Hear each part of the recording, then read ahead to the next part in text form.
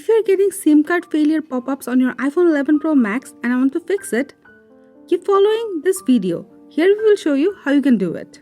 First, you can check if your SIM card is alright or not.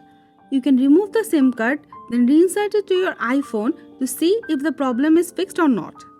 And if possible, you can insert different SIM to the iPhone and use the SIM to other phone to see what is causing the problem. Some of your customized settings could be causing the problem, so you can do a all settings reset. Open settings, go to general, scroll down and tap reset all settings, enter your passcode,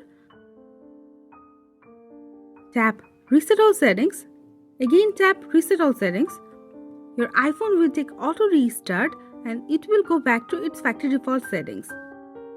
If it does not fix the issue and other SIMs does not work on your phone, then it could be a problem of the iPhone 11 Pro Max.